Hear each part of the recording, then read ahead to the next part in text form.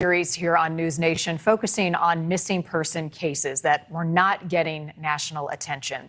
We are continuing that series every Thursday here on News Nation Live. And this morning, we are revisiting a case that still remains a mystery nearly 16 months later. It is the story of a young geologist named Daniel Robinson, who vanished in the Arizona desert. And in a moment, Daniel's dad, David, will be joining me live. But first, a look at Daniel's disappearance. Tonight, we start our series, Missing in America, taking you to where the people were last seen, meeting these families and bringing you their stories. And we begin tonight with Daniel Robinson. This is the area in Buckeye where his vehicle was found. This is remote. The terrain is extremely treacherous. Daniel Robinson was 24 when he disappeared, a geologist working his dream job in the Arizona desert. A co-worker says Robinson left his job site on the morning of June 23, 2021. His Jeep, found a month later, crashed in a desert ravine. Robinson's keys, cell phone, and wallet were still inside, his clothing in a pile just outside the vehicle. But no sign of Daniel. I do my job and find my son. He's my son, I'm his father, and it's my job. For nearly 16 months, David Robinson hasn't given up on that job, searching the desert and bringing in his own private investigator. They took News Nation's Nancy Liu to the crash site. The investigator says too much doesn't add up, including red paint transfer on the side of the Jeep. The vehicle was tipped over on the passenger side, so there's no red paint in this area. So how that got there, that's why I'm saying that vehicle did not crash here. That vehicle was, its last place of rest was here, but something was going on with that vehicle. He notes other inconsistencies in the crash report. The vehicle had 11 additional miles on it from the time the airbags deployed. It had 46 additional ignition cycles on it after the airbags deployed. But Buckeye police say there's no evidence of foul play and have resisted a deeper investigation. The private investigator is also no longer on the case, but Robinson has finally convinced an outside law enforcement agency to go through Daniel's computer and cell phones for any clues. They saw some of the things that I was seeing, and they wanted to look into it themselves. While he waits for any information, he holds vigils. As you guys know, I've been here over a year searching for Daniel. And has organized dozens of searches. Still don't have the answers that we're looking for. But we thank you for coming out here. It really means a lot to us.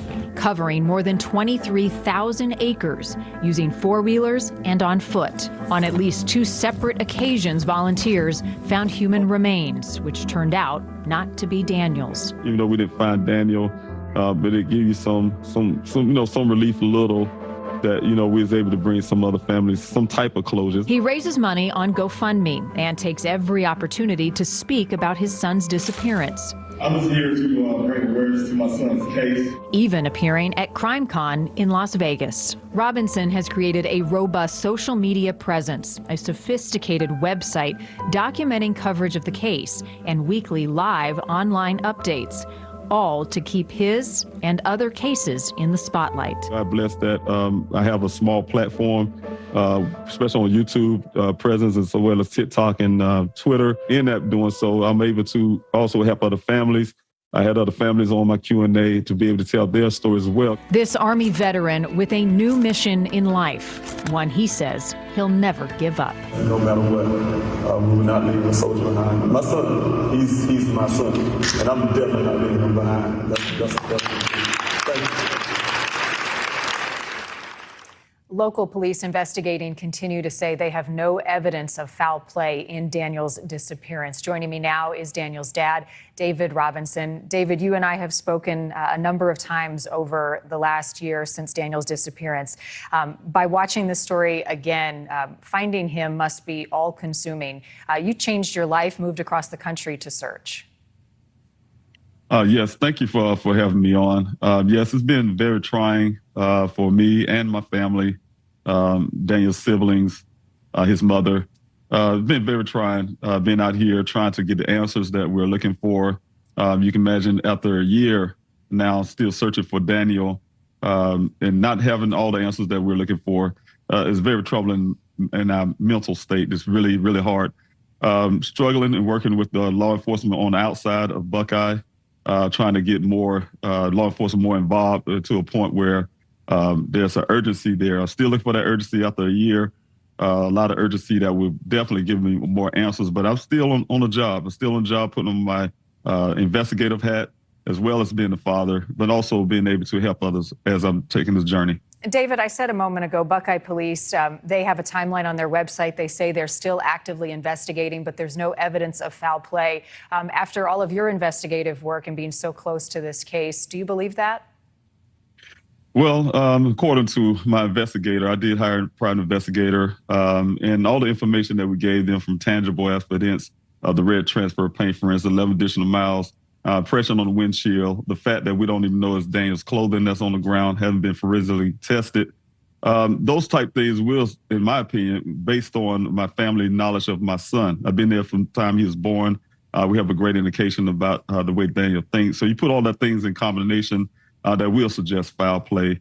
Against what Buckeye Police Department feel, I feel there's more to the story. And you questioned, David, the timeline as well. What stands out to you that may be inaccurate about the timeline?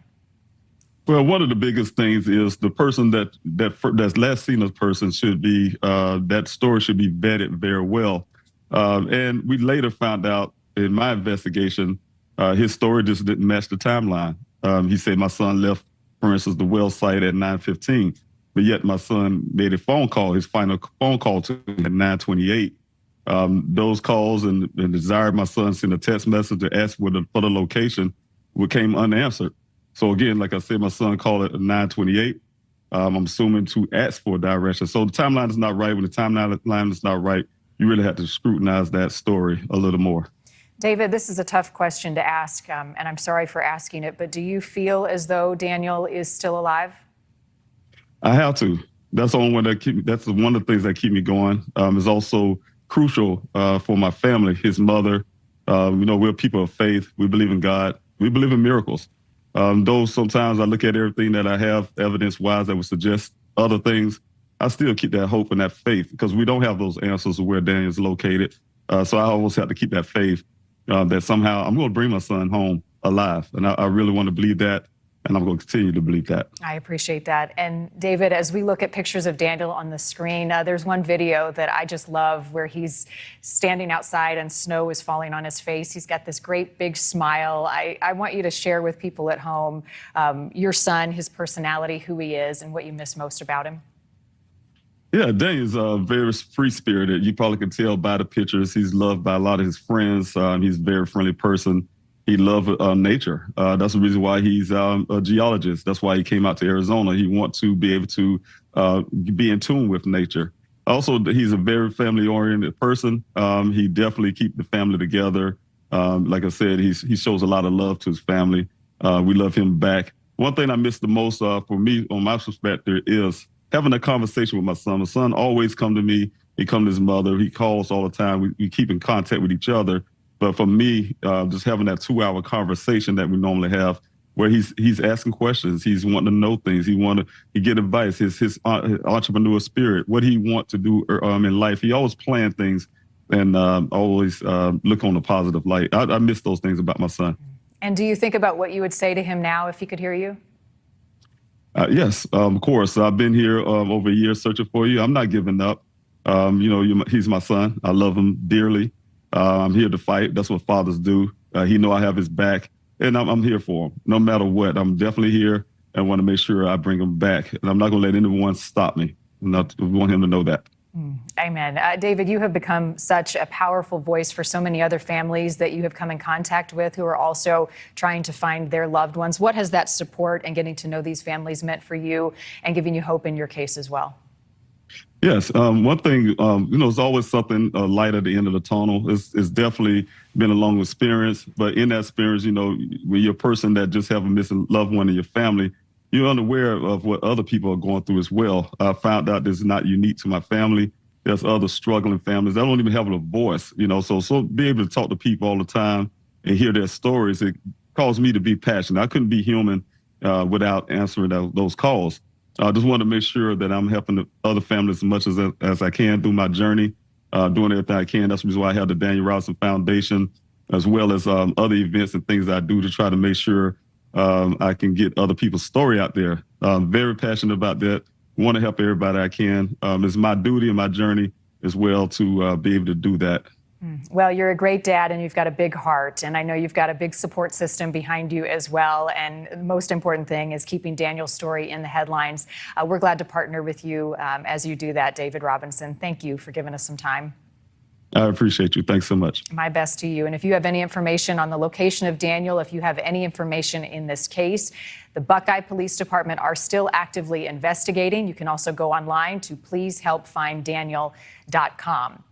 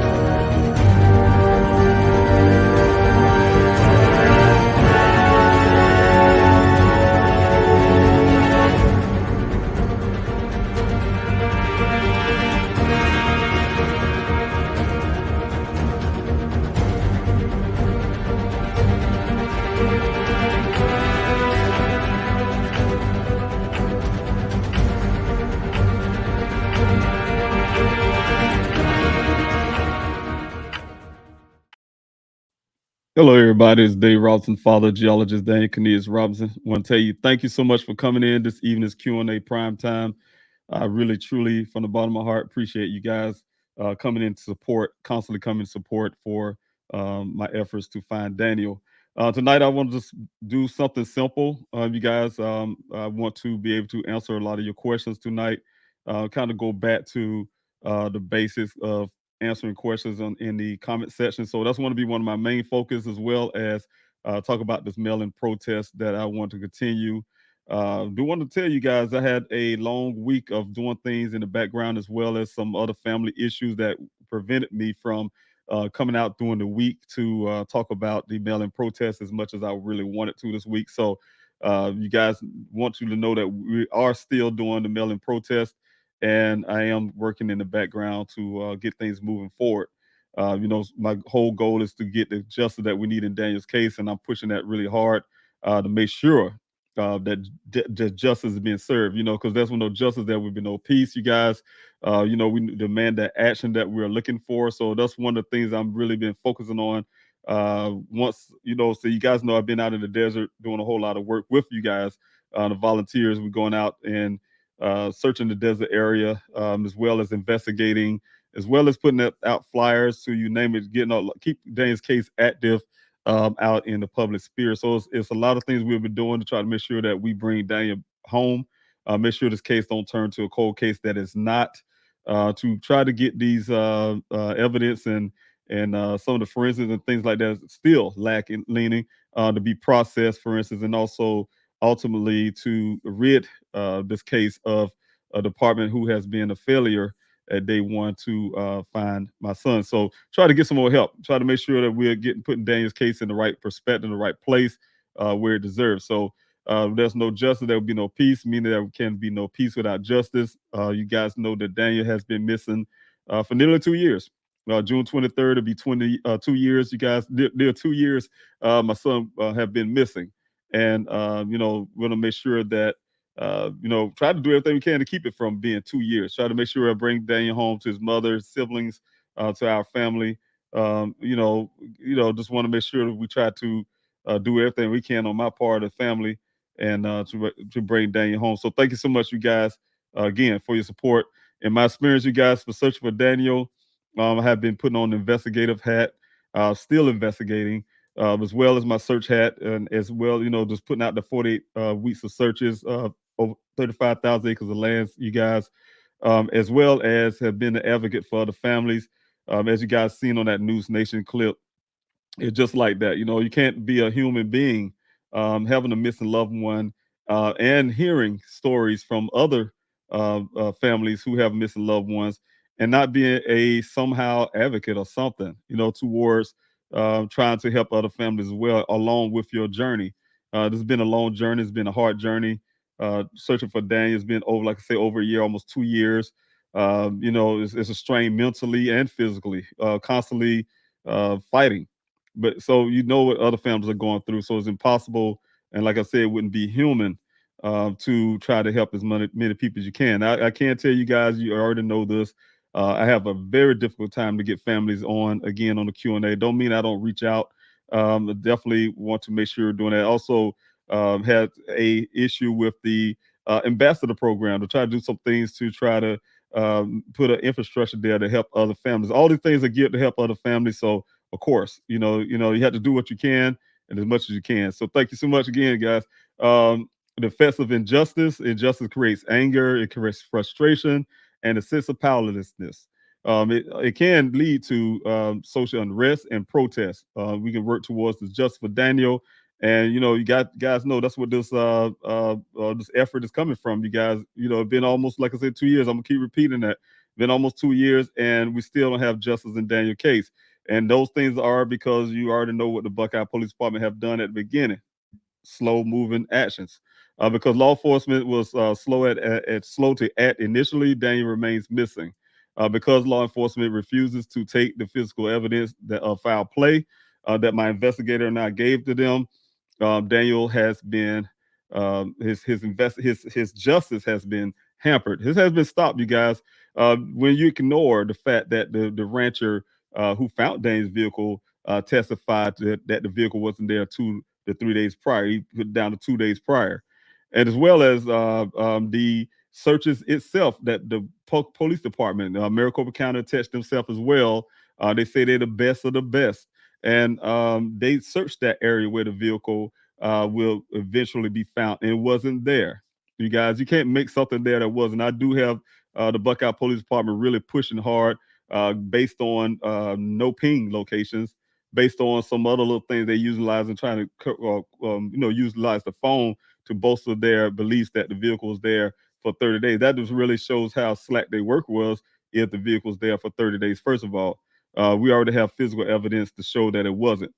There's still some questions have to be answered about the sighting of Daniel's vehicle 2 to 3 days before it showed up in that desert. You guys know we're still investigating as well.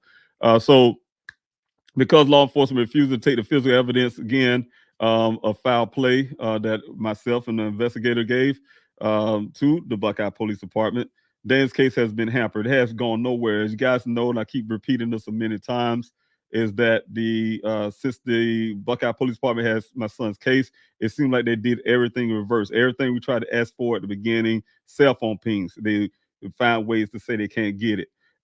Camera footage, they found ways to say they don't have any. No, nothing. They have never been seen in Arizona, as well as the Uconnect magically giving off 0 grids. You know, so something that everything that can help us at the beginning to locate where Daniel was located, where he's at, that type deal has been, in my opinion, hampered by the Buckeye Police Department. So again, investigative wise, they have been slack to and really didn't see a need, like the detectives told me on the phone, that there was no need to do forensics on that scene. From what they saw, they didn't want to do nothing, basically. From what they saw, they didn't warrant a forensics work done. They literally told me this, guys. This on a recorded call. They literally told me this, and the thing is, didn't want to do that kind of work, and gave the vehicle back to me the next day, as well as told my investigator it wasn't investigating Dan's case. Gave him everything. Gave him all the stuff, the black box data. That's where it came from. They didn't even read it.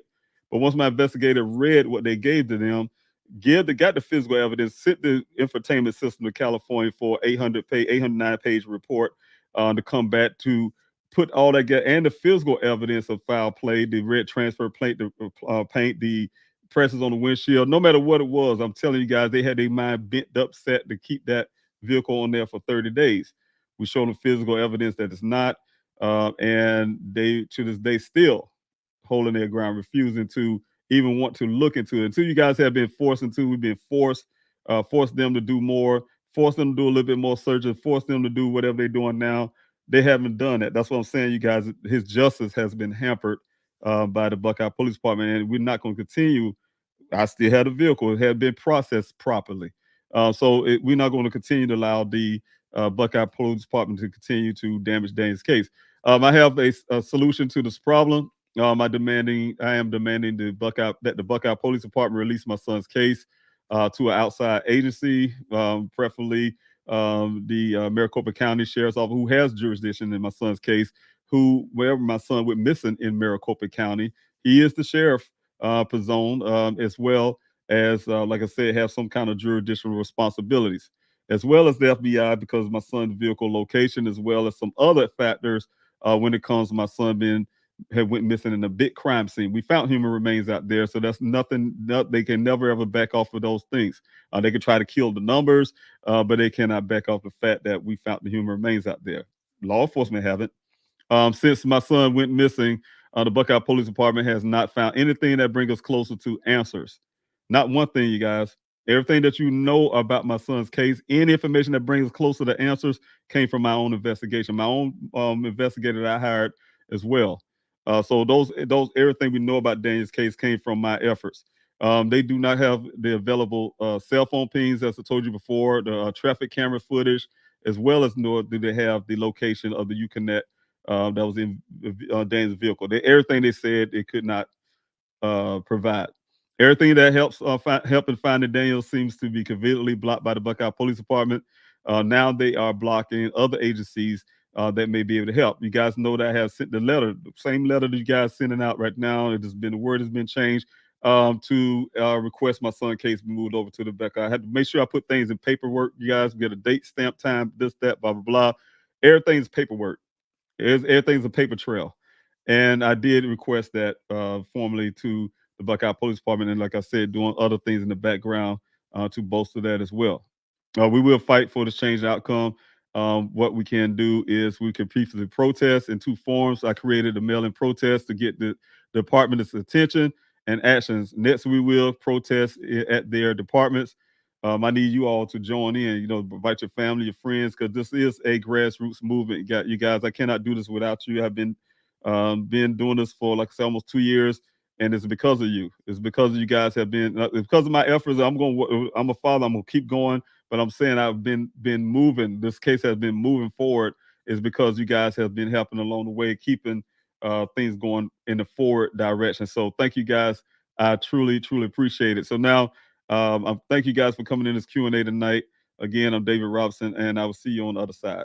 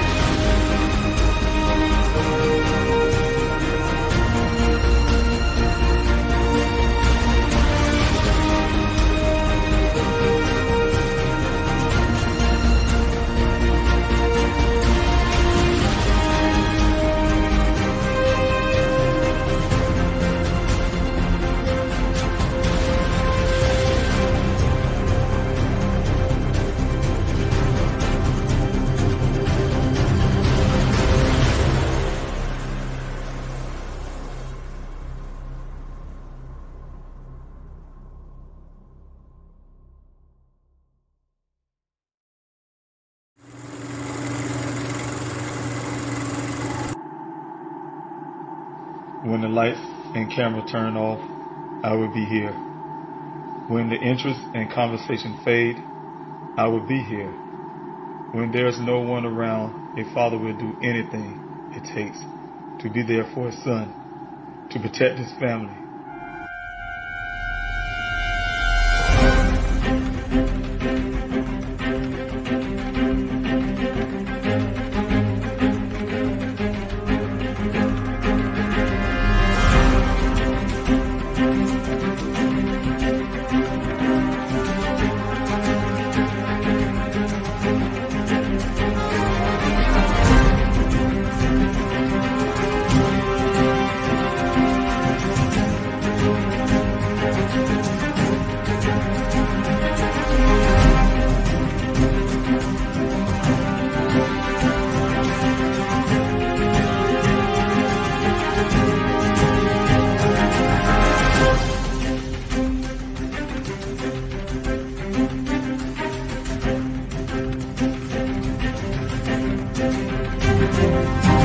Daniel Robinson went missing 4 months ago. This is the last photo his family has of him. He's a 24-year-old geologist, last seen leaving his job site in Buckeye, Arizona. As the Gabby Petito homicide case garners national attention, another young person has been missing for nearly 3 months, and his family is desperate to find him. 24-year-old Daniel Robinson, a geologist, was last seen on the morning of June 23rd, leaving his work site in the desert of Buckeye, Arizona. David Robinson had only one thought on his mind as he drove the nearly 1,800 miles from his South Carolina home to Phoenix. I had to find my son. And we will find them. Thank you guys for coming in again to this Q&A, Primetime. David Robinson, the father of geologist Daniel C. Robinson. My son Daniel is a geologist that graduated from the College of Charleston in Charleston, South Carolina. He started his career out in Phoenix, Arizona, where he landed his first job at an engineering company called Matrix New World. It's also called Matrix Southwest Groundwater. What my son does there, they hired him on as a field geologist. It's also called a hydrogeologist. What he do is go out to various well sites or sites all across Arizona that have dealings with groundwater. You go out to these well sites all across Arizona.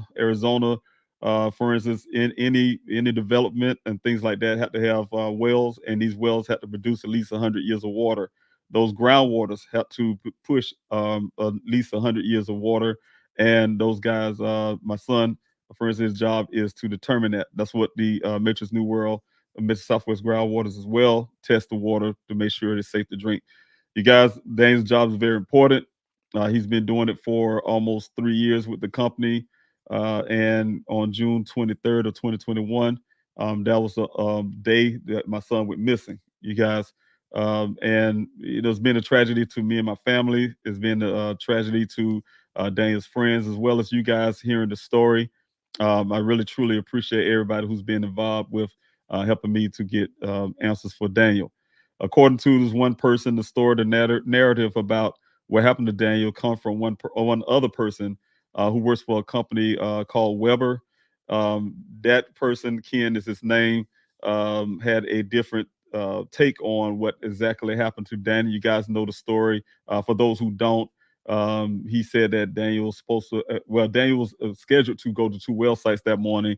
The first well site, according to his job, he completed, not really completed, took some pictures. He should have been heading to the second job site where he met this Ken. Like I said, the narrative started with Ken. Said that my son met him on the side of the road of Sun Valley Parkway and West Cactus Road out there in Buckeye, Arizona. That's right outside the desert. That's part of the Sonoran Desert, but that's the roadway in the Sonoran Desert, the main road, paved road in that area. They met at the gate outside of that desert, the remote parts of the desert. And my son he and my son had a conversation for a quick minute when Daniel got the vehicle. He got back into the vehicle and followed him into that desert. They went into that desert 1 mile west, 2 miles north to a well site where they would be working. They arrived at 9 o'clock, according to Ken, and they had a brief conversation about the weather. And then at that point, he said that Daniel waved off and drove off at 9:15, never to be seen to this date, never been seen again, you guys. Almost 30 days, his vehicle showed up in this ravine, turned on the side.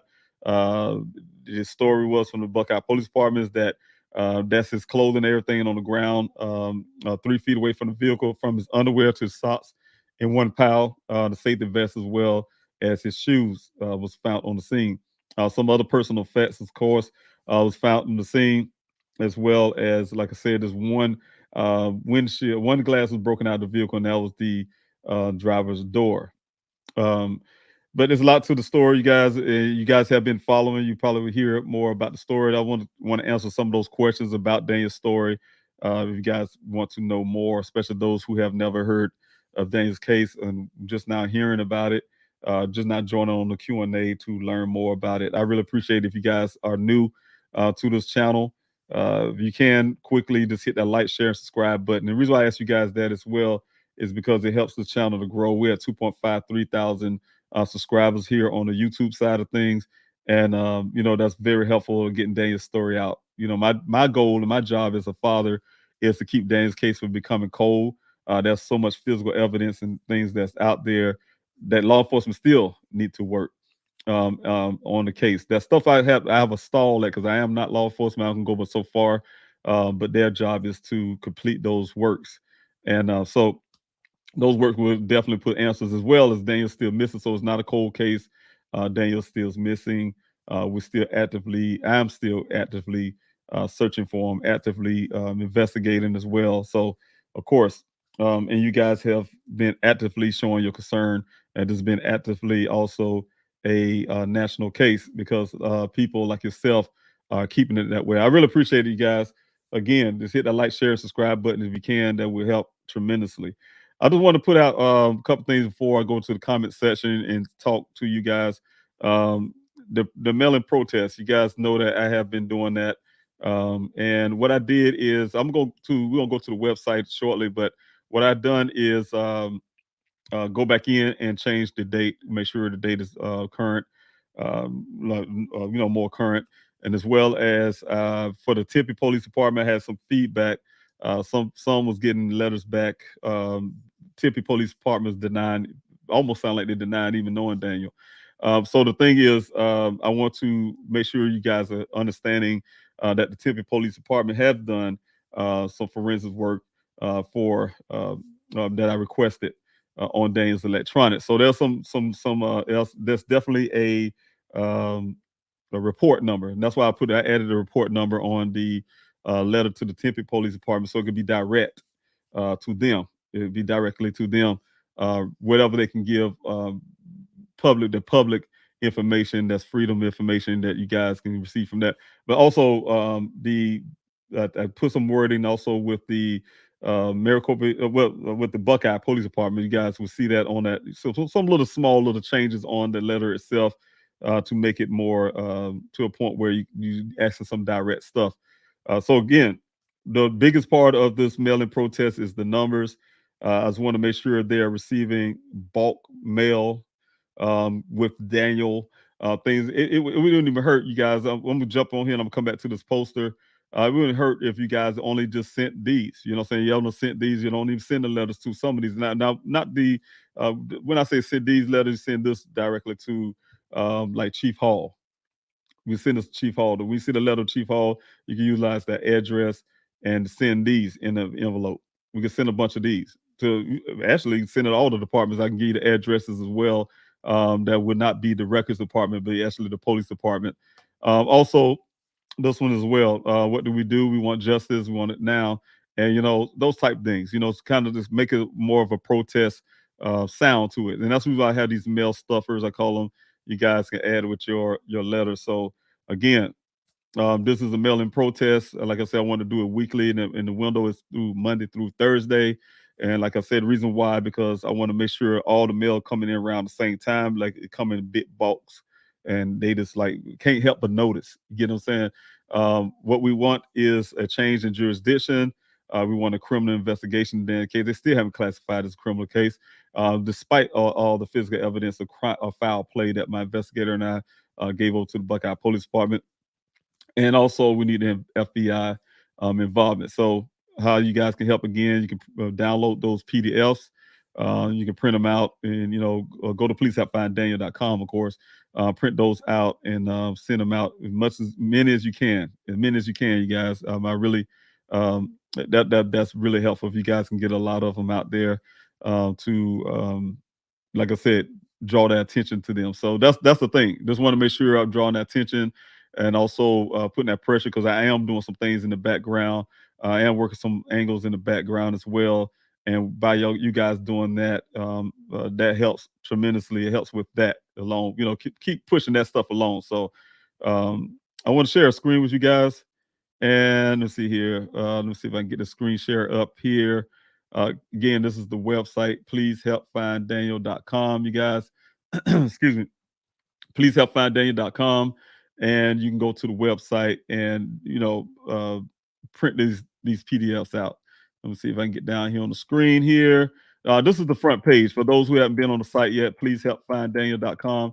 This is the front page. You guys have some information just for Daniel. You'll see the please download the PDF for your mail-in protest. Like I said, I just did only on the letters itself. This is the letter here, you guys, the PDF for the letters that you will be sending out. And as well as these are the additions that you add. Those posters I have just showed you guys that want to say no justice, no peace, and what we're gonna do, what we want, justice when we want it now.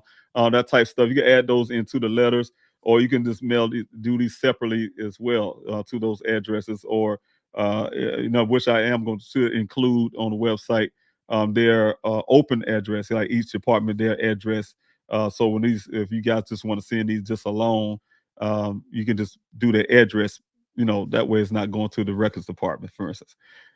Please do not send the letters outside this window, you guys. Like I said, I want to try to send them all come in at the same time.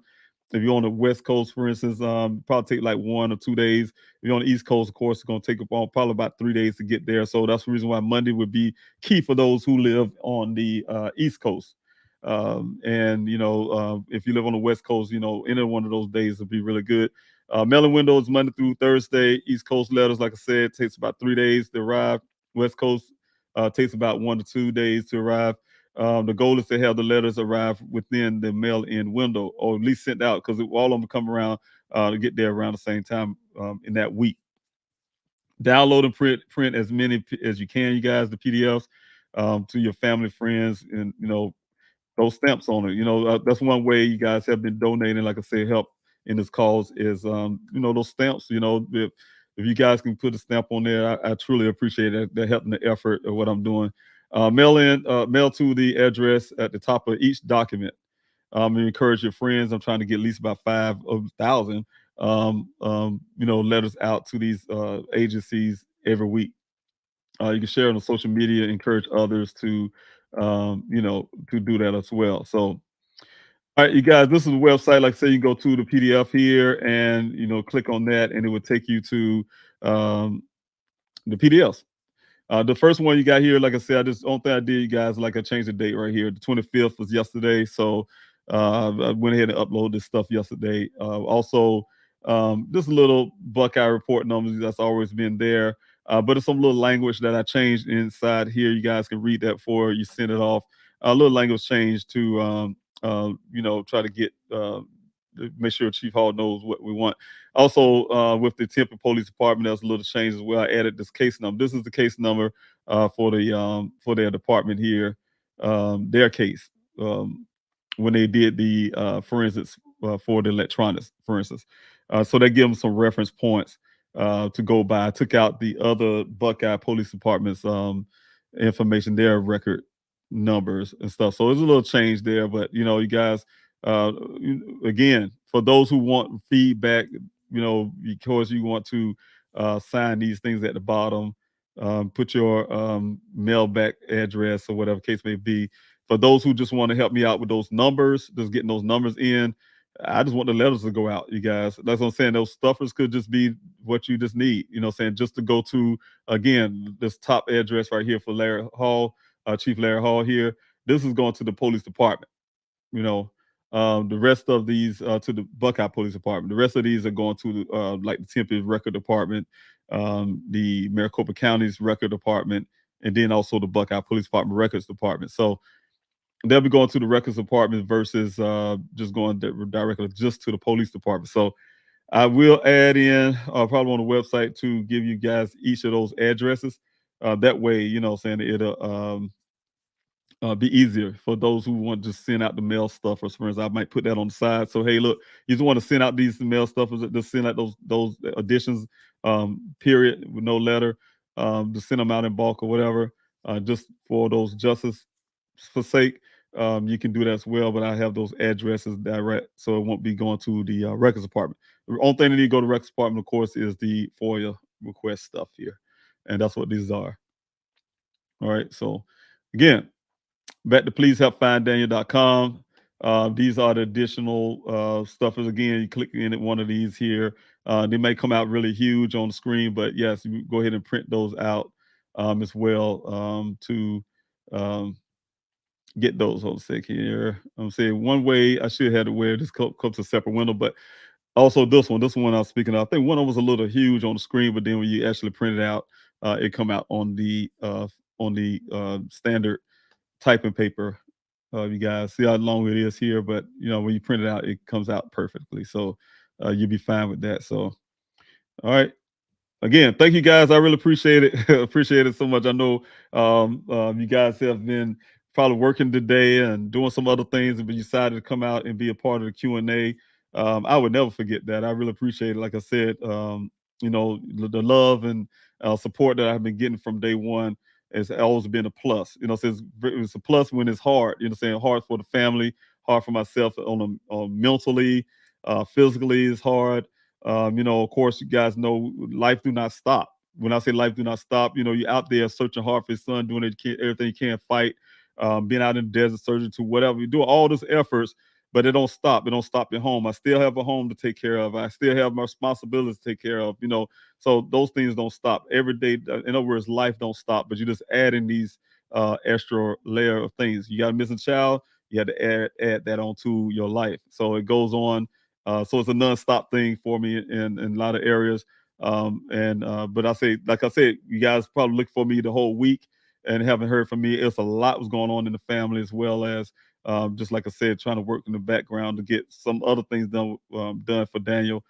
So in the combination of all that, it kept me from preventing me from actually being on. That's why I didn't have a Q&A this morning, guys. I was tired. I didn't go to bed till 5 a.m.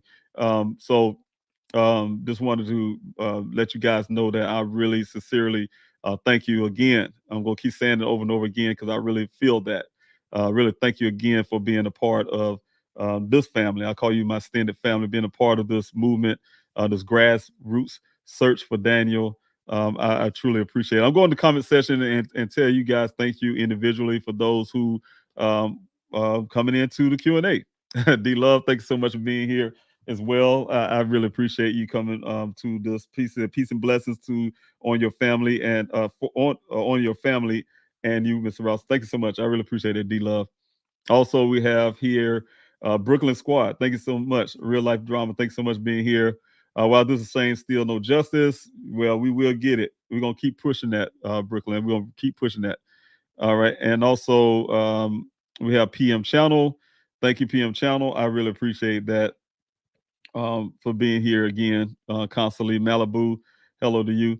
Hello, you, Malibu. Thank you for your prayers. I really appreciate you being here this evening as well. T and Wildflower, thank you so much for your love and support. Thank you so much again for constantly being here on the Q&A. And also, again, other things you do in the background as well. Kim, thank you so much for being here this evening. I really appreciate that. I appreciate your comment that you have here as well. You think about our family. I really appreciate that. We need all the prayers and everything, you guys, that you have. So I really appreciate that. Hello to you too, Miss Malibu. I really appreciate it. Valerie, thank you so much for being here. 2 years, no answers. God bless your broken heart. Yes, it's getting close. Thank you, Shiro's Nation. Haven't seen you in a while. Thanks so much for being here. I truly, I talk about you all the time. You probably know that. You're one of the persons who gave me so much clues. Your questions have wisdom. So I really appreciate it for you actually also creating content on your page. You guys want to go to Shiro's Nation's page. She has wonderful content there and very detailed. So I really appreciate your efforts and what you have done for Daniel as well. So thanks so much. God bless you. Dogo, I think I said, I hope I'm correct. Thank you so much for being here as well. I truly appreciate it. Anissa, thank you. I really appreciate it for the super chat. You're just such a wonderful person, as always. Thank you again for coming out to the last search I had on the 25th of February. I really appreciate you coming out there. And you travel, I mean, really, you and your husband, you traveled to be there. And I truly appreciate that. God bless you. Good evening. Mr. Robinson moderates the chats. Please help out Daniel. Thank you for the hashtags. No justice, no peace. You guys, there will be no peace without the justice for Daniel. So I told whether it's Buckeye, Arizona, pushing them to make sure to get my son's case out of their jurisdiction, to Maricopa County accepting my son's case to take his jurisdiction responsibility to the Maricopa County, that I tell Sheriff Zone, I would be there till his election year. I'd be there, you guys, I mean, strong. I am not going anywhere. So I can let the police department know in Arizona, I am not going anywhere. You know what I'm saying? You guys, until I get the justice my son need, will be like a thorn in their flesh. You guys, you get what I'm saying? It's no threat to anybody. Nobody should feel threatened or things like that. And what I'm saying is, I'm a father, and a father gonna do what he got to do to fight for his child. Justice. I'm gonna get the justice that he deserves. I'm gonna definitely, find the answers to what happened to Daniel. We gonna have those answers, and law enforcement will do their job to make sure it happens. I will see to it. And that's just the bottom line. So, all right, thanks so much, Nissa, again for the super chats. You're such a blessing. I really appreciate it. Question here: when you all film for okay, I think I'm messing up right now. Okay, yeah, when y'all filmed for the show Disappear, I see where you at now. When y'all filmed for the show Disappeared, were you, your family, and Ken filming in the same location? I didn't film for Disappeared. You guys, I think Disappeared. I think the interview I have done was taken from one of their affiliates that I did an interview with. Now, Daniel's mother and his brother, yes, they filmed them, and I believe it was in South Carolina when it happened, but it wasn't with me. I didn't know they filmed Daniel sibling and his mother. Also, Ken, I didn't know he was interviewed. So when this episode came out, I think Disappear, they did reach out to me and tell me they was doing something. The only thing they reached out to me for is to see if Daniel's siblings and his mother wants to do an interview. As far as I understood, what I told them is that I was told directly from them that they didn't want to do any interviews with anybody. So I did tell them that, and they say, "Well, we get what we want." Basically, they going to convince them somehow. I guess I say, "Good luck with that," And I guess they was able to get Daniel's brother and his mother. But as in Ken, I didn't know he was filming and things until I saw it. And I said, "Okay, great." Because I seen two things that he did interviews. But what was great for me was I wasn't able to say his name much publicly, but he put himself out there. So I was able to say his name, like you have here, Ken Elliott. I was able to put his name into. That's the only thing for me to be able to put context to what I talk to in the public, so people know exactly who I'm talking about. It was a bit confusing sometimes when I tell a story and they say coworkers. I know the news media all say, "Yeah, Daniel was with a coworker out, and that coworker said blah blah blah." I don't ever call Ken a coworker because it throws people off. I call him a worker from Weber. That's who he is. His coworker, Daniel's coworker, direct coworker from Matrix New World, two different companies came from Matrix New World, for instance, went to his Daniel's sister house. So when I'm telling the story, people will come out and say, "Man, Ken went to his how you know his sister?" No, Ken did not go to Daniel's sister's place. You know what I'm saying? So people get confused just because they use the word coworker and then using coworker going to the house, so they get thrown off. So I kind of try to make sure to differentiate that kind of thing. All right, let's see who else I have here. She Rose Nation again. Thanks so much. I really appreciate it. Also, let's see. Nessa again. Thanks so much for the super chats again. All right. Now you doing. I really appreciate you. Have you asked anybody? Have you asked any body language expert to examine Ken's body language in this interview? I wish I could, because we do. Of course, that's not going anywhere, and somebody do need to have that type deal. I mean, just personally now, I see some indications of something that's not right. I'm gonna say, like, I want to put myself in this position, but some things I looked at and was seen kind of fidgety to me. I'll just put it that way. Maybe my mind could be a little biased or whatever the case may be, but I can go back for notes that I have taken at the scene. You guys, when I first met this guy, I had no reason to look at him as a suspect. I had no reason to look at him in an ill manner outside. Now I had one thing, the reason that caused me to go seek out Ken when I first put my foot into Phoenix is because I'm a father. I raised my son, and somebody's telling me something that don't even sound like my son would do. Yeah, I know what you look me in my eye and tell me that. So the only thing that was the only driving force for me to come looking to seek Ken out and look him in his eye and hear him tell me that what I thought at the time was, for nicer words, crap. It didn't sound right to me. It didn't fit Daniel's personality.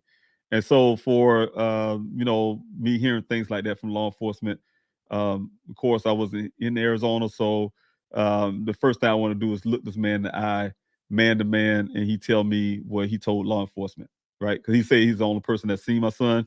And like I said, once he told me the story, I had no reason to doubt his story outside of the fact that I thought it was strange when he assumed that he said, "Hey, the police gonna come look in, and this thing will go national."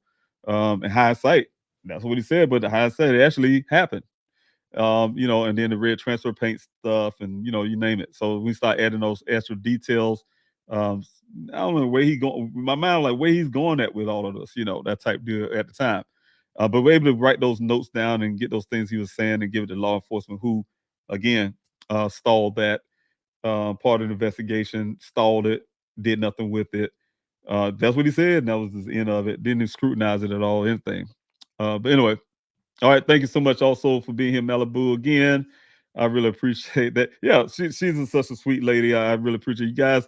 I'll tell you, Nissa, again, Nissa, you already know, sweet lady, not just here on the Q&A, but you met her in person, you were like, wow, yeah, her and her husband, very great people, really nice folks. So thanks so much, Nissa. I really appreciate it.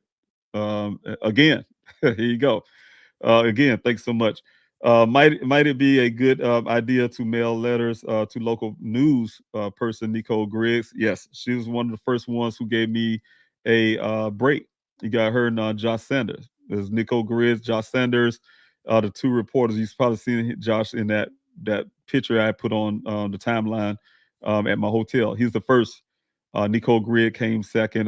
Friends and family, I think they call the thing after that. But yes, I still have contact with her, and yes, she might can do one as well. Yes, but I know Josh Sanders had to leave, do something different, but definitely, yeah, Nicole. Thanks so much for suggesting that.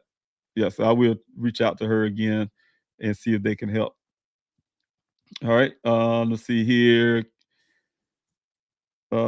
Kay Lauren, thanks so much for being here. I really appreciate you as well. I always wondered why there wasn't a search right away. I hope you will get answers. Yes, and I will. My opinion is the reason why there was no search at the beginning. A few things. Assumptions is one of the biggest thing. I almost think apathy is the other. But the thing is, a lot of times now, law enforcement would treat missing adult cases differently from a child case, right? I mean, don't get me wrong. We definitely need to protect our babies, right? We definitely have to protect our children. When I say children, babies, under 18 years old kids. We definitely have to protect them, but we also have to protect adults too, because things happen to grown people as well. You can't just assume. Not when you got family telling you direct. You can't assume with your own opinions about somebody you don't never met or know. If I'm doing my direct opinion about something in the case, it definitely coming from family. It's not gonna come from some coworker or something. If the family says something totally different, even from a coworker who knew Daniel for almost 3 years at the job, right? He's not having more contact than Daniel's family. Trust me. And even with the job, that's just on the job. They don't know Daniel from outside the job, for instance. But then he's a field geologist, so I can go through all of that kind of stuff. But yeah, they felt at the beginning of the assumptions. When you say to me on the phone, he's a grown man, he could disappear if he wants to. I mean, who told you that? Who told you that Daniel wanted to disappear on his own? I mean, where'd that come from? Out your behind or something? I don't know where it came from. I call it laziness. There's the ways just like they told me I had to wait 12 hours just to report, and it's not in their policy. Their policy is that you're supposed to report immediately, and they made me wait 12 hours, the full 12 hours. So the thing is, that kind of stuff is a failure. Is a failure from law enforcement. That's a failure. So like I said, because of that, it took them almost 3 days to go search for Daniel. I asked them. They could try to trick you guys in that doggone report. Yeah, we had 2 officers go out in the desert area. No, in the desert area, guys, those are word games. I call it word games. Word game, desert area. Again, I told you guys a story. My son met Ken out there on the side of the road of Sun Valley Parkway near the Cactus Road Junction. That's the desert area. Well, that's why I kind of specifically say it was a paved road, a main road, the paved road that leads to Surprise, a city called Surprise, as well as staying is part of Buckeye. So that's the main road, developed road, you guys. So that's the area. It's the desert area, but those are word games. They did not go into the desert that night to look for Daniel at the well site. They didn't go out there traveling trails in the dark in a vehicle out there that night searching for Daniel. That's why I asked for a helicopter that night. A military guy, I know we can do. I know we fly they have Black Hawks, and we even drive our Humvees and MRAPs and stuff without lights off, using our blackout lights. So I'm saying, so the whole point is, you guys, it can be done, but they chose not to. And I got the recorded calls. They telling me they are not, that what his higher up said that's unauthorized. So Buckeye chose to not go look for Daniel. I mean, we had to pretty much beg as a family. Beg. My auntie had to say something to convince them to do a helicopter search of the Phoenix Firebird helicopter, which still to this day, there's no proof it actually happened. All right. Also, yep, another Marie. Thanks so much. Maria, thanks so much. I really appreciate it. And let's see who else I got here. Thank you, everybody. I just see names. I'm trying to make sure I get people. If you guys have any questions, I want to put this out too. You have a question, put the capital letter Q, the word question, or some question marks before your question. And that helped me get to it, see it as I'm coming down the comment section. I want to say hello to many people as I can, but I'm ultimately looking for questions tonight about you guys have any questions about Daniel case. Feel free to ask those.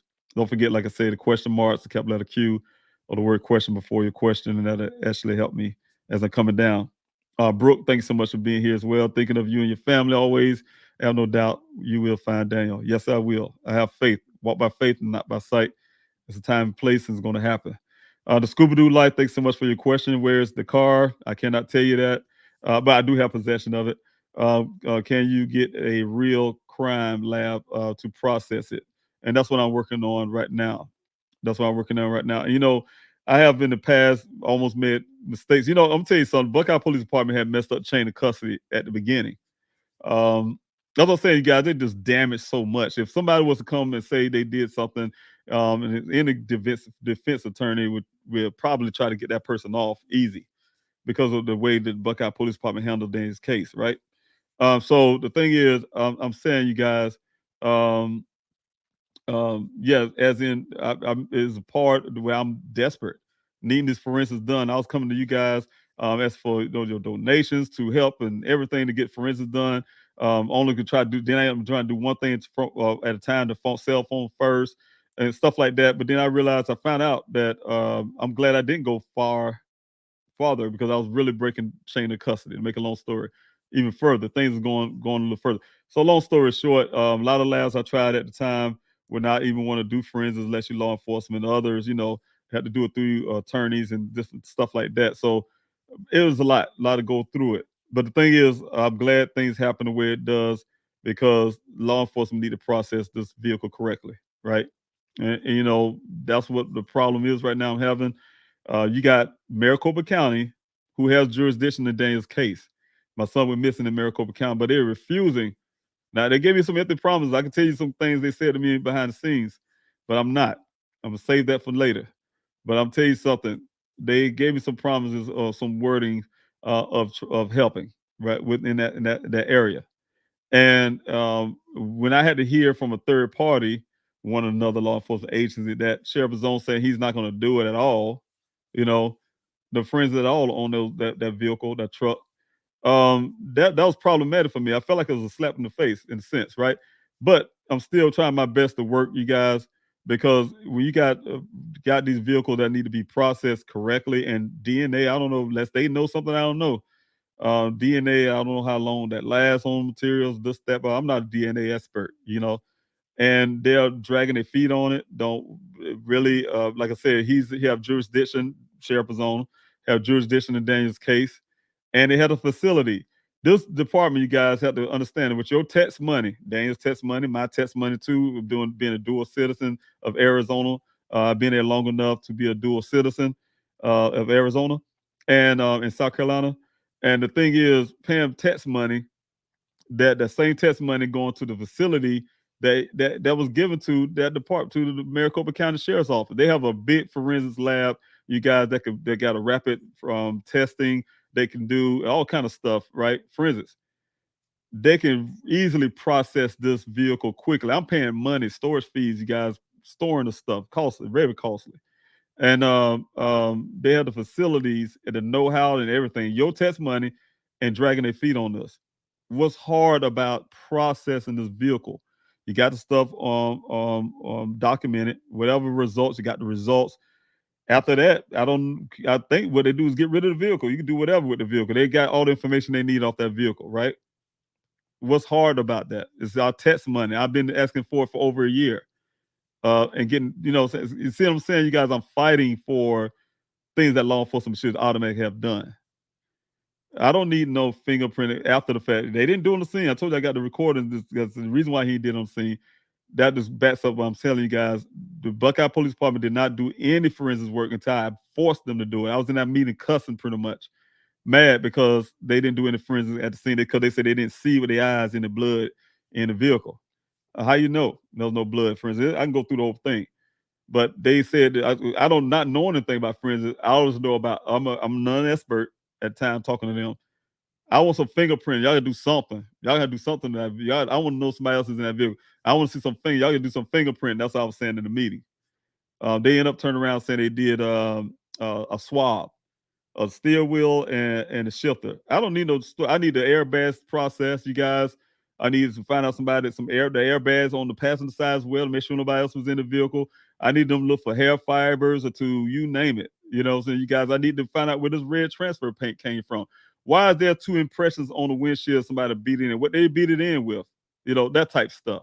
So I'm telling you guys, it's just so much more I can talk about. But those things need to be processed. They need to be processed correctly and done, right? So we can get some answers to what happened to my son. They dragging it. I don't know. Maybe they mad because I'm telling them what to do. They getting the ego. They got ego problems. So I don't know. It's not about them. Like I told you guys before on this Q&A, I can give a damn about law enforcement's feelings. You know what I'm saying? It's their job. I'm a military guy. You worry about people's feelings. It's a job we do. It's a job. You go to work, do a job. I don't care what people say about you and your feelings. You got the Vietnam vets. You got people calling them all kind of some baby killers or something. I don't know. They had all kind of names, but they were serving the country. You know what I'm saying? They had to suffer. They about care about you calling them names and whatever, worrying about your feelings like you're a little kid or something, worrying about feelings. I don't care about law enforcement feelings. I just care about their job that they do.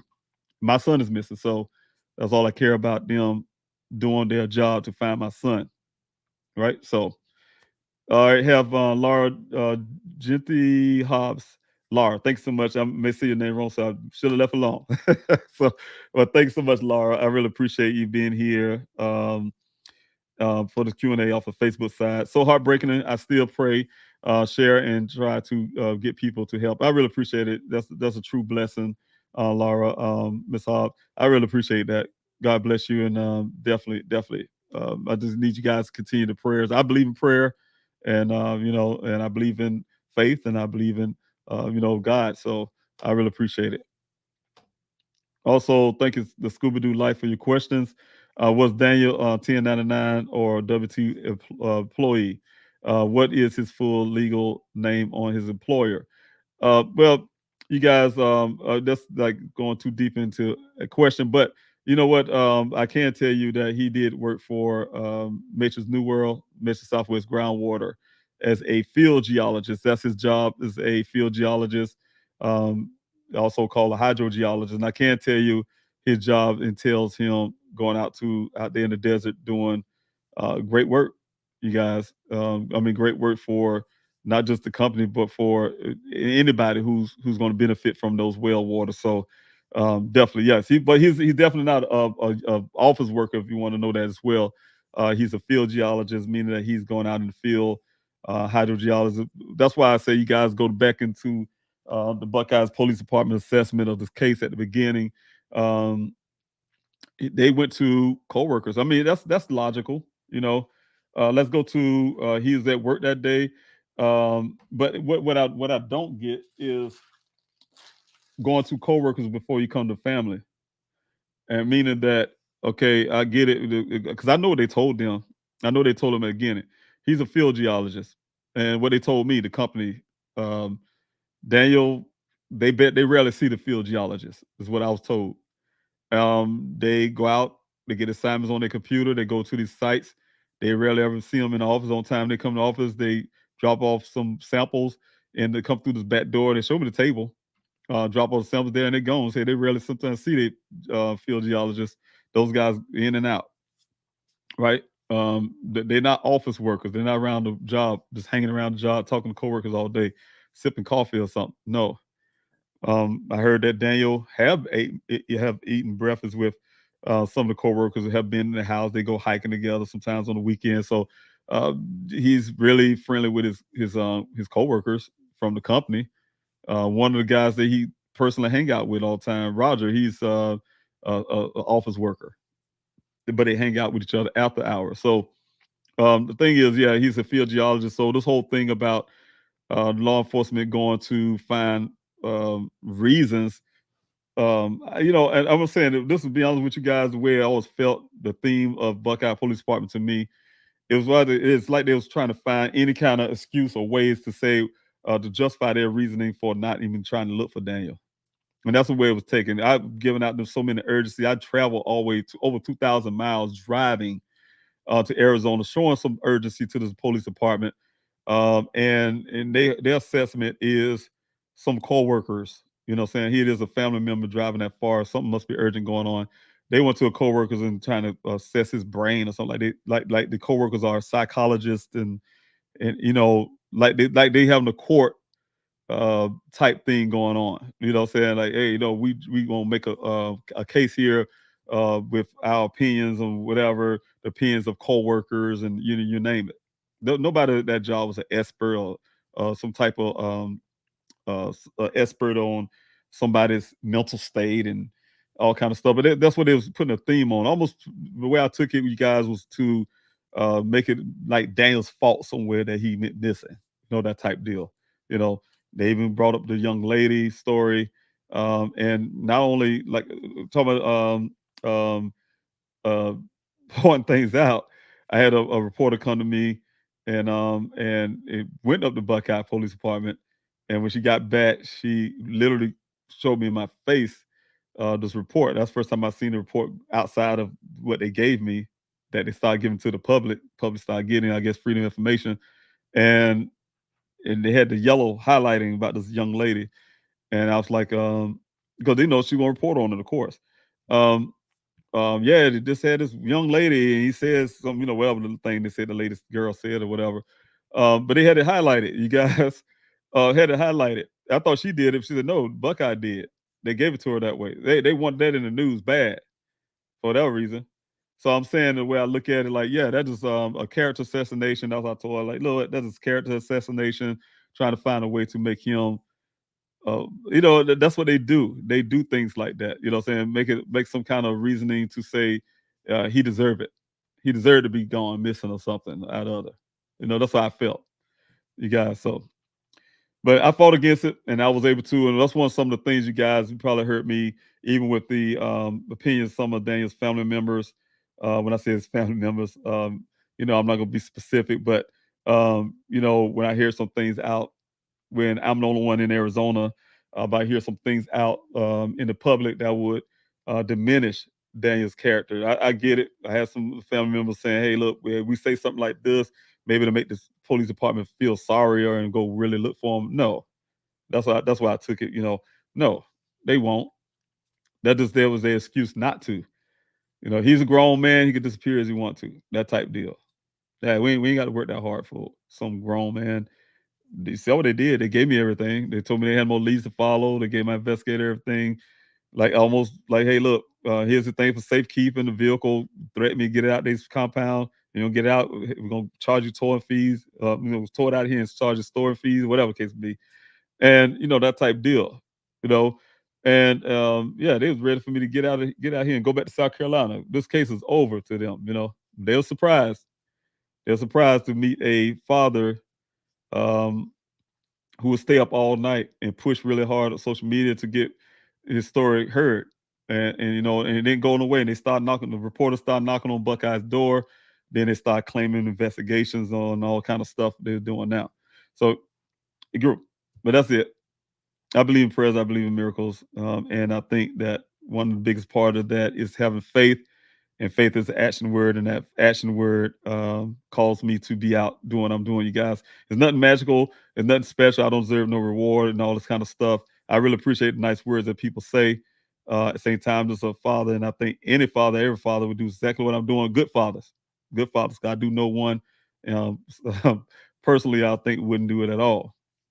But I'm telling you, that's what parents do. No mothers really go all out.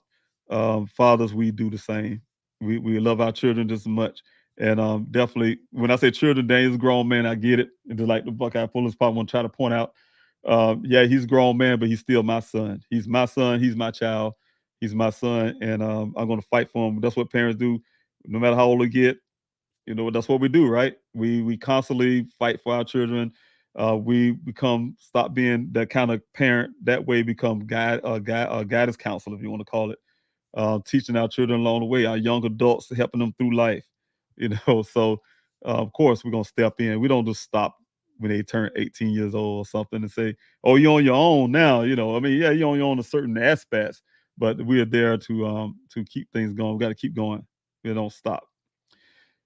Oh, thank you, Malibu, again. I really appreciate it. Also, Aaron Chase, thank you so much for being here. I truly appreciate you. Um, and I see you have a question here. Why is the Buckeye Police not releasing Daniel's case? Release the case. And I'll tell you, it could be ego. They feel embarrassed. I don't care about your feelings. My son is missing.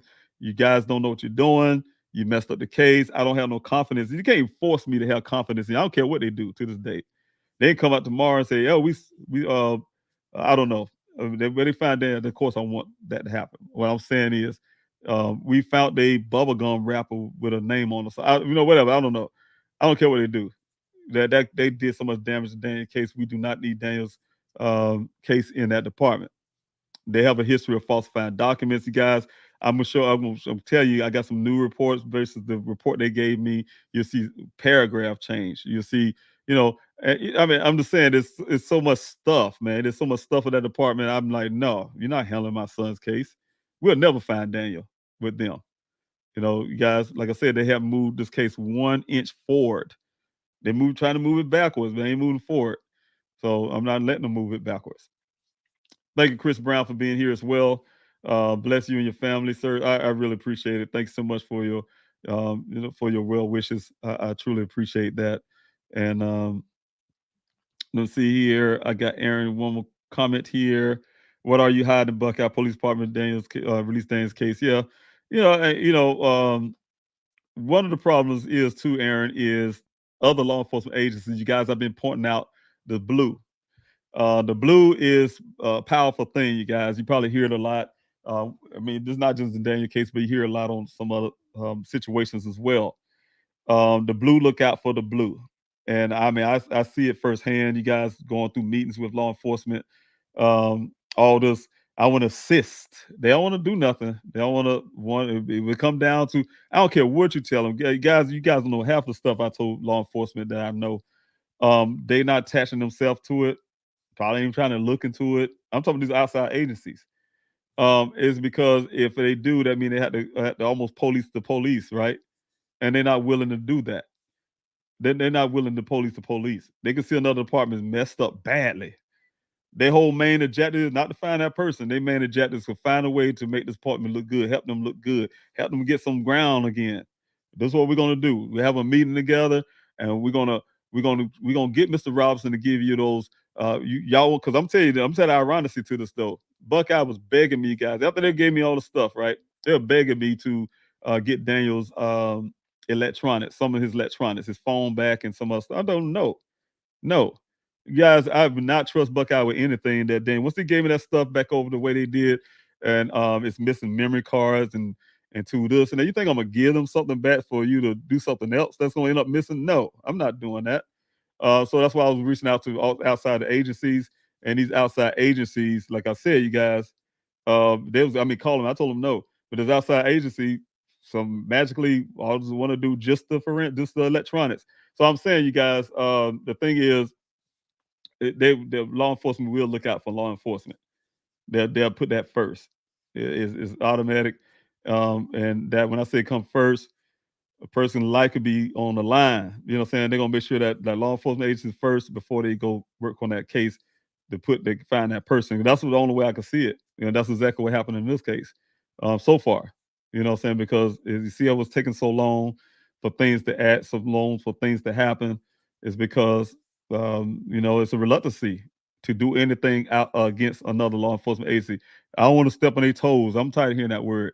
Step on them toes. You know, say I dropped something on my toes a while ago, and but I kept on working. You know, step on them toes. You know, straighten that department out. Do your job. You say you working to be a law enforcement. That's what I'm saying. People, and they want you to put you out there and say such thing as a good law. It's all. It ain't all officers ain't bad, but prove it. That's what I'm saying. Prove it. The thing is, you know, you can say that with your mouth. You know what I'm saying? I'm not saying all officers are bad. I'm not saying that. I'm not advocating that. What I'm saying is prove it, because it's impossible for a department to say we the good guys. We're the good law enforcement agency. Prove it. Because if you can't now police another department and see something wrong and say something about it and do something about it, then you're just as wrong as them. It's the same thing they would, like I told you guys before, if you was to get picked up by one of your friends and they had a trunk full of cocaine or something, you didn't know it. And they say, hey, can I drive your car to the store or something? Yeah, you know, and they give you a car, they tell you got a trunk full of cocaine. Man, pull you over. Who cocaine is it? I mean, I'm saying it ain't yours. You be like, man, it ain't mine. They be sure it ain't yours. You know, that's how you be in jail right now, 20 or 30 years later, still saying they're not yours. But they say, well, it's a crime of association. That person went out there. Let's say somebody went rob somebody, and you just sitting in the car. Crime of association. You go to jail too. Same thing with law officers. If they see another agency doing the wrong thing, they ain't doing nothing about it. Crime of association. They just as bad. So that's the point I'm making. I'm trying to make it in that way so you guys can see what I'm saying. That would make me say, you know, you sure there's some good officers out there? Because I want to see it, prove it. I want to see the work. I want to see some of those things actually happens where the police actually policing the police. You know what I'm saying? Do something that they can do to make justice in cases and justice work. All right. All right. I have Team Wildflower. Thank you so much again. Dane's mother and siblings are always in my prayers. I know this is very hard. Yes. Yes, it is. Then you have grandparents as well. His siblings, of course, like I said, his mother, just his friends. But he got aunts and uncles, cousins, you name it. And, you know, they all suffering. You know, you guys don't know the special on some of the pains of being out of Arizona fighting for Daniel, and then you got the family in the background. You guys don't hear. Dave, you got any answers yet? You should know something by now. You know, that type of stuff. You hear those kind of things. It's very sometimes depressing. You know, yeah, I want the answers too. You think I'm not out here? What we think I'm out here for? What we're doing. So, trying to get answers, and you know, it's hard when you get answers and then you get to a dead end. And my dead end right now is law enforcement, you guys.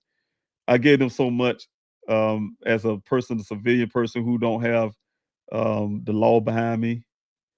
Gave them all the information they can get. If some more, now I'm still waiting on them to catch up on. And they have yet to act upon it or catch up or whatever the case may be. So, you know, and I'm not a police basher and all the stuff. You know, I'm not anti-police. I'm pro-police. I'm pro-police. For a matter of fact, I'm just anti corruption and law enforcement, laziness, apathy, and law enforcement, whatever the case may be. I'm against all of that, and I'm not scared to point it out either. So that's the point. Is I'm not loyal to police where I wouldn't point out some wrong. I'll point it out all day. Look, I wasn't police chief. A lot of people be fired right now. But Ed and Eden, thanks so much for being here. It's truly discussing how they portrayed Daniel. You know, and I see. I guess I'm assuming I'm going on a limb, Eden, that you're talking about that show Discovery. I think I keep getting that name, but I think it was Discovery ID channel when they did the disappeared episode.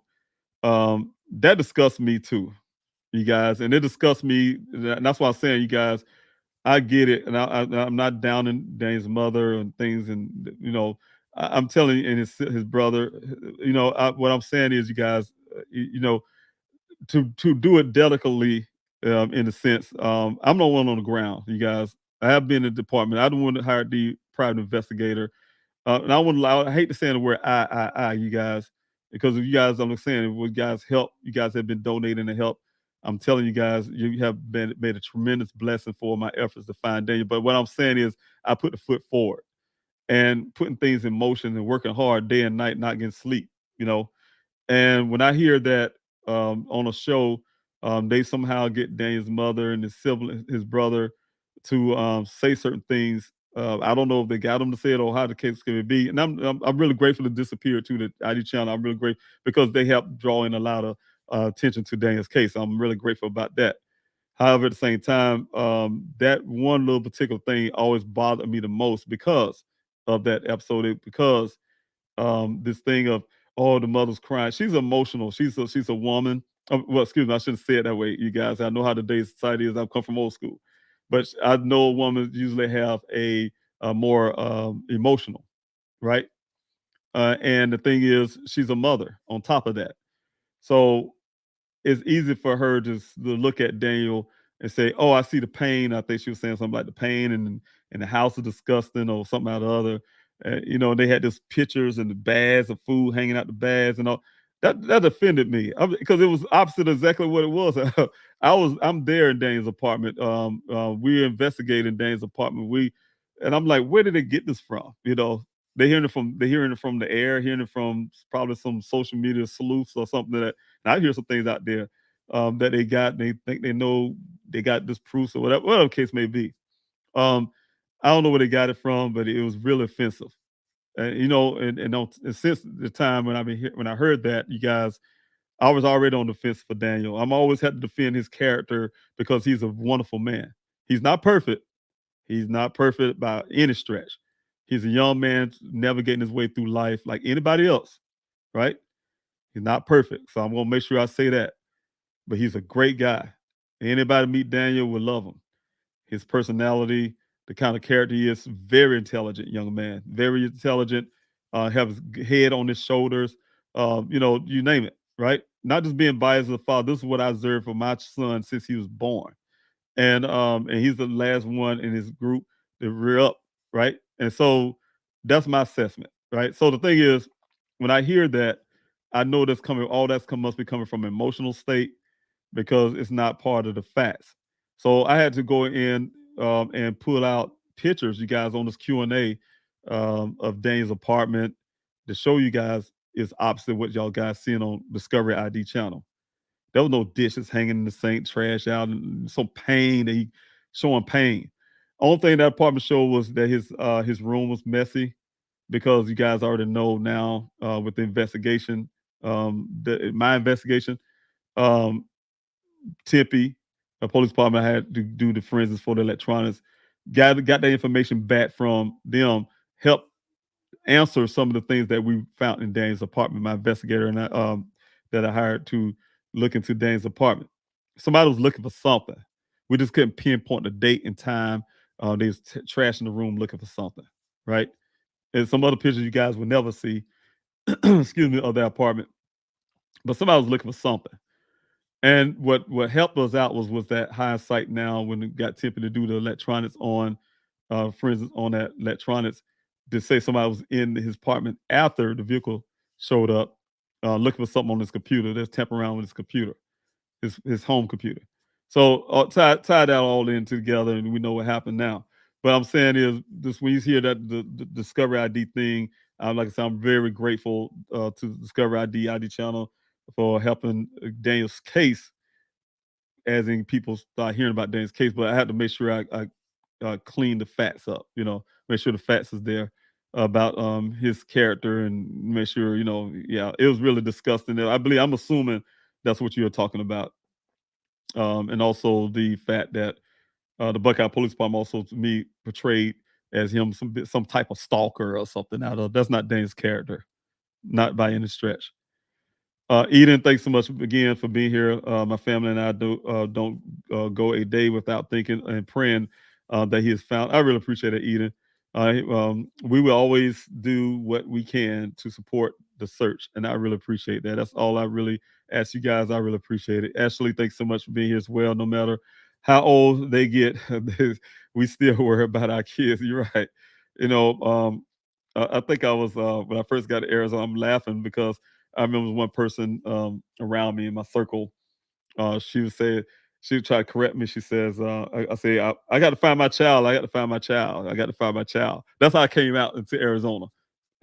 So, Dane's a grown man, just say son, uh, I got to find my child. My mind is like that, yes, they always going to be our kids to us in certain areas. All right. T Wildflower, question, didn't Buckeye Police Department say they cloned the phone? Yes. What did they want it, or why did they want it back? That's the point I'm trying to make too, T Wildflower. And those things, the reason why, that's why I didn't trust them. Because first of all, a couple things he said to me, Detective Biffin. He told me that he'd say nobody had access phone call. I was asking for the memory card. I was mad because I just got my son that memory card some months before. And memory card missing out the phone, and some of this other stuff was missing out the phone. He gave me that phone back, right? I had got the information back from that phone. I found a lot of things were missing. And so he told me that, Detective Biffin told me that he picked that phone off of the scene, he put it in his back pocket. Nope. Other part is he cloned the phone. If you're not doing a criminal investigation and all that stuff and all that, but why are you cloning the phone? But the thing is, he said he cloned the phone. And there wasn't no investigation at the time, you guys. They cloned the phone. And I don't know if that's breaking Daniel's civil rights, you know what I'm saying? Because they just go ahead and do it without a warrant or whatever the case may be, but you cloning the phone and doing whatever the case may be. I don't know. That's another question that law enforcement answer one day later. But the whole point is, yes, they cloned it. So why they want it back? I can tell you, when that phone do come on, I used to never turn that phone on much because you can see the phone on Google search was showing it in Buckeye, though I had it in the Phoenix, for instance, right? So I guess that clone phone they got must have pulling something to Buckeye. But yes, that's a good question. Thanks so much for that question. Okay, I have PM Channel. Thanks so much for your question as well. For almost 2 years, the Buckeye Police Department, nor almost 2 years, the Buckeye law enforcement, nor Maricopa County Sheriff's Office has elevated the simple process of handling handing the case over. Is there anything legal that can be done to transfer the file? And that's some things I'm doing, PM Channel, in the background, working at those angles out too. So that's what I'm saying, you guys. That plus this mail-in protest. Um, I'm gonna repeat this again, the story for those who probably haven't heard on this Q&A. I'm gonna repeat this again. There's a method to the madness. I get my stuff from, I believe, from God. So efforts that I come up with in my mind, I trust in God to direct me. But that's definitely a method in the madness. And I got the method in the madness from the story I told you guys before, my drill sergeant, when I was in basic training back in the day with the Army. And basic training, they put you through some stuff. And I remember feeling angry for no reason. I'm a really nice guy, and I remember we were doing these things. You running, they see you, now they don't. They see you supposed to drop on the ground, bear crawl. We got it. Anyway, long story, not just bear crawl, but we crawl. And then you get up and run again, and it's all kind of stuff. But they kept doing it over and over again, and it was frustrating me. And I remember feeling frustrated a lot and getting angry in basic training. And the drill sergeant, I don't know if she recognized it, but she says, she started whispering in my ear a lot. She said, "Hey, look, Robinson, there's a method to the madness." Because I'm like, this don't make sense, so I think my mind works that way. I'm like, if something don't make sense, it bothers me. So it didn't make sense to me, but she kept saying there's a method to the madness. She said it to me often. And I finally got it once I got near graduation of basic training. But yeah, there's a method to the madness. So a lot of times, you guys help. I heard somebody say, "Hey, how are mail-in protests going to help?" It helping a lot, you guys. It helps a lot. If you guys go to pleasehelpfinddaniel.com as well and sign the petition, it helps a lot. I'm really, really working hard trying to figure out how that petition really can serve me best, right? In efforts to find Daniel. So, but all that stuff it helps a lot, man. I mean, every effort you guys do, your prayers to little the comments that you guys give, Anissa doing the super chats. to, all that stuff help you guys. Cause I'm telling you, I have days, you guys, I'm gonna use an example. I have days. I mean, anybody can put yourself in the human shoes. You're not invincible. I have days where I'm like down hurt, don't want to move sometimes. But things that keep you going was when, as soon as I start feeling that way, God provides something that happened where somebody called or something happened, or I hear something, it'd be something that boosts me back up to where I need to be to keep pushing, right? Just keep pushing. It can be discouraging, you guys, very discouraging, especially when we're dealing with law enforcement. It can be very discouraging. But what happens is, I'm saying, every effort means something, you guys. It's a method to the madness. Um, Rather, you guys, like I said, Team Wildflower, the question, you know, it bring up another angle or something. It is always something you feel like I run out of something, right? And then here it is, a question being asked, for instance, and then bam, okay, that bring a new light to something to go look into. So it helps. Everything helps. Everything works together. This Q&A, for instance, is a part of that method to the madness. The method is asking the questions, doing this, and also getting Daniel's channel out, keeping the story out, spreading word information, as well as doing things what we're doing right now for the efforts. Everything play a part. Seema, thanks so much for being here. Uh, I really appreciate it. Thank you, Beverly Ray. I really appreciate it. Thank you for the super chat. God bless you for that too as well. You guys, I'm telling you something. I really appreciate it. Like I'm saying, there you go again, you guys. That means a lot. That means a lot to me. I'm telling you, so that's a morale booster. One thing we had when I was in the military, um, when the morale is low, that's not good. So we try to keep up a high morale. When you're in the war zone, you definitely have to have that. You had to have a high morale. I remember when I first got to Afghanistan. I'm telling y'all war stories. When I first got to Afghanistan, um, we got settled in the fob that was living. We was living in this fob called Cushman, and we got on that fob. No, was it Cushman first? I think it was. We went to Bagram first. I want to back up. Went to Bagram first, and we didn't get to Cushman yet. We was getting assigned to a fob, and we was in Bagram Air Force Base. It was really nice place. When I say nice, you guys, it's almost like incredible to see how we build up a base in somebody else's country or whatever. But anyway, you even have a traffic light and buses or whatever. But the thing is, being out there, and I remember knowing how far you're away from home. Then we started traveling, went to this other fall called Sharana. And once we got there, we had to stay there for a couple of days. And before we fly out to get to Cushman, and I remember this every morning I had to get up. You hear the man hollering, the Arabic thing they do, and you get up. And I remember looking at the mountains, and I'm like, it's not like I just walk home. So I had to say it in my mind, because I know it was a 15-month deployment. That we had long deployments, and this is home. This is home. You know what I'm saying? So I had to put it in my mind to say, I know I can't go nowhere for that length of time. So it's not like you can walk down the street or catch a plane and go back home. So one of those things. But anyway, the whole fact of the matter is, I'm saying, you guys, the morale had to be there, because I'm telling you guys, I seen guys beat their heads. Some of the soldiers beat their heads because something happened with their girlfriends at home and this and that. Hear stories of what's going on at home, and and the morale get low.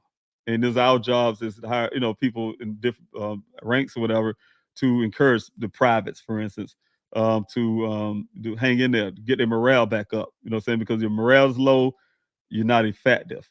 So I said all that just to say about the morale, you guys. When you guys, this right here, Beverly, for instance, Anissa, you guys praying for certain message. I'm praying for you and your family. Whatever the case may be, that's a morale booster. You know what I'm saying? So it keeps me going. So I really appreciate it. That's all what I'm really saying, you guys. I know I'm telling the war story, but that's what I'm saying. I appreciate you guys, your words. Your words mean a lot. Your words mean a lot, so don't think it go unmissed or whatever. I really appreciate everything you guys say and do. I truly appreciate that. Tracy, thanks so much for being here as well. Good evening to you. Coming in late, thank you so much for being here. Philemon, is it what that is? Philomena. I hope I said that correct. Thanks so much for being here. Please come right around. Daniel is missing and has to be found. Thanks so much. St. Anthony. Thanks so much. I really appreciate that. God bless you. And yes, we need those answers and we will get them. Okay, I like this hashtag as always as well, Simma. And to say hashtag Daniel Robinson is always in my heart and mind. I live in another country, but I feel like he is my brother. Thank you so much. So, and that's what I'm saying, you guys. Daniel has a personality as well. When I first came to Arizona, it's like he even though it's the tragedy of my son missing, but I've seen people come together. You know what I'm saying? I'm telling you something, you guys. I went out and started my searches out there. My very first search, I think we had like I'd say about 20 people, but that's because we started. And the second search, I promise you guys, probably like 200 people. It just jumps up. And what I'm saying is, people keep coming to me. They're saying, "Hey, I don't know. I just feel drawn to Daniel." Only thing I can see it as, Daniel. He's a young man that's his personality, man. Whether he's around you or not, he just draw people. And he's just that kind of person. I hear from other people who have different gifts and things like that. They say, "I can't sleep," and you just keep coming to me, or whatever the case may be. That is Daniel.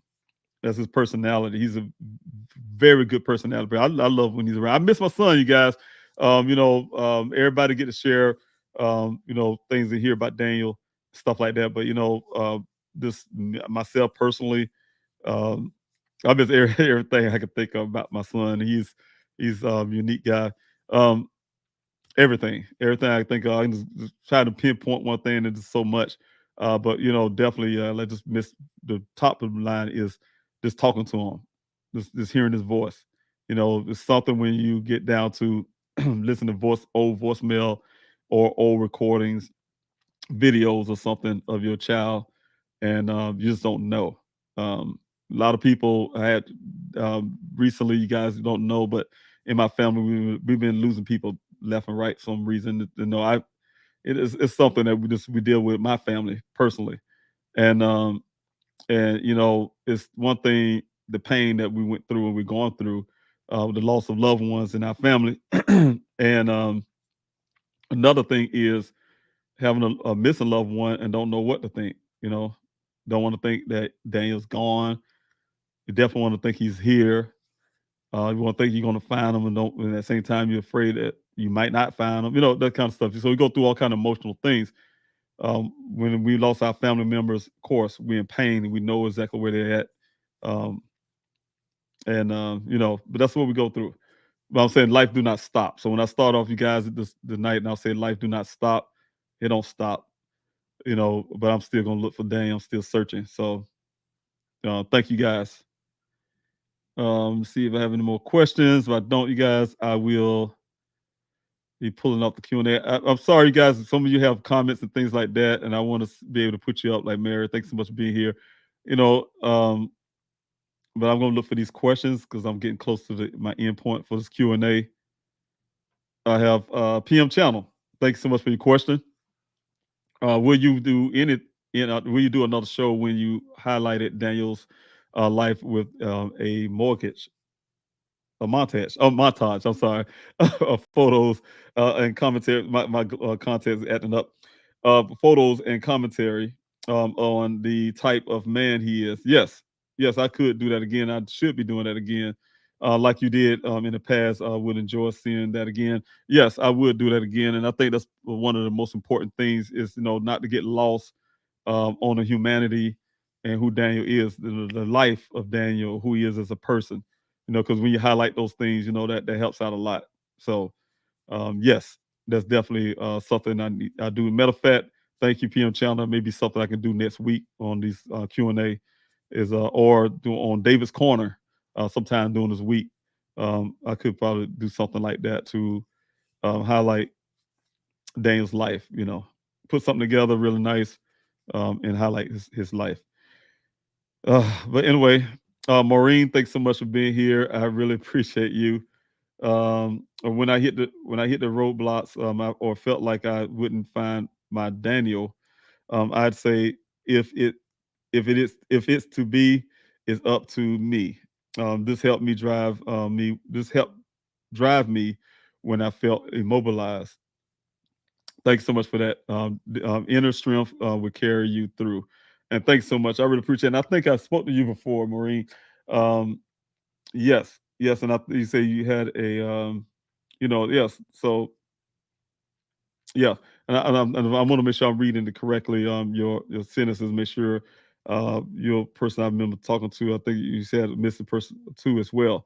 So, if not, I apologize. But I think I remember I was talking with someone that was telling me, and it sounds familiar to me. But thank you so much for that. I really for it. Yes, I need the strength, and that's right. You got to keep something to keep it. One thing my bishop said when I was a kid, church I used to go to, raised up into, he said sometimes you have to encourage yourself. Saying when there's nobody around or things, you just have to find the strength and encourage yourself. And I find that often too. Sometimes you just have to find it within yourself and encourage yourself. So, all right, thank you again. Let's see. And Philomena, do you have a way I can PM you? I don't know. Okay, okay. Oh, that's something that's going on in chats. Okay. All right. But if you guys would need to get in contact with me, of course, that just brought it up. There's an anonymous tip line. I want to speak to you guys on the bottom of the screen for those who may know something or heard something, say something. That's a tip line below. It's always strolling there most of the time. Anonymous tip line, 24 hours, 7 days a week, live operators who will take your call. If you want to be anonymous, they'll let you be anonymous. If you don't want to talk to anybody at all, you can text the word tip to the same number. The form will come up. You can fill out your information. You can stay anonymous if you like as well. But if you know something, please say something. That's very important to get an answer from me and my son. You only get in contact with me. This is contact information. You guys want flyers? Still, if you guys still, the one thing I have been neglecting to say a lot, I'm still distributing flyers, you guys. If you guys want flyers to help distribute these flyers, please hit us up. Please help find, when I say us, myself and the team, please help find Daniel.com. Please help find Daniel at yahoo.com. Please help find Daniel at yahoo.com. Request those flyers. We'd like to send some out to you to distribute, as well as that's the public cell phone number. You guys who familiar with that number know it's really hard to still get in contact with me. I try. You guys, I started off that number out in Arizona. I made it a point to speak to everybody. I mean, on the inboxes of social media to the messages on the phone itself. I made it. That's why I didn't go to bed to about 4 or 5 in the morning. Um, Made sure the point that I spoke to everybody. But it became, but it's a good thing. It sounds bad, but it was a good thing. It became overwhelming. So many people poured in love, support, reach out, comments, or whatever the case may be. I appreciate that, and it's a blessing. It's a blessing. Like I told you guys, a morale booster. But on the part is that it's hard for me to, get back in contact with you really quickly. So for those who have never gotten anything back from me, or those who are getting it back slow, I apologize. And that's the reasons why. But that's the public cell phone number. It's been times now. So people just happen to call that number, for instance, and I'm just picking it up in my hand or something, and I'm able to get their call right then. But thank you so much, you guys, for everything you do. Again, I'm David Robinson. I'm the father of geologist Daniel C. Robinson. I'm gonna keep on fighting. I really truly appreciate everybody who came out to this Q&A. I hope y'all have a wonderful rest of this week. The weekend coming up, you have a wonderful weekend as well. Try to make sure you do everything you can. I get it, saying family, we're dealing with family, you get into strife. Sometimes you get mad at each other, you don't want to talk to each other, whatever the case may be. But one thing they say, don't let the sun go down on your wrath. I think was the way it was said to, different sayings. It's really a lot of cliches and stuff like that, but it's true. You never know life change, turn around, what happens.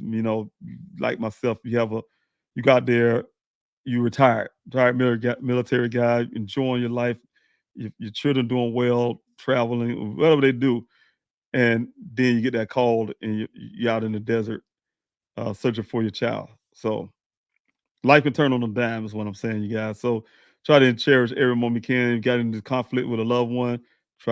Sometimes you have to. I learned in my life, sometimes you have to be the villain for no reason, even though you know you're right. You know, I've done it on many occasions. I used to call myself the peacemaker. You just have to find the strength in to sometimes apologize when you're not wrong. Because I'm telling you guys, you know, you never know. Life is so unexpected, you know what I'm saying? So make sure you hug your loved ones tight. Always keep them close to you and stuff. You know, I mean, like, you know, we human, we all gonna have our things, but make sure you love your loved ones because, you know, you just never know. I wish this on nobody. And I know God protect each and every last one of you and your families. At least that's my prayer. But take care of yourself. Be blessed. Have a wonderful week. See you next time.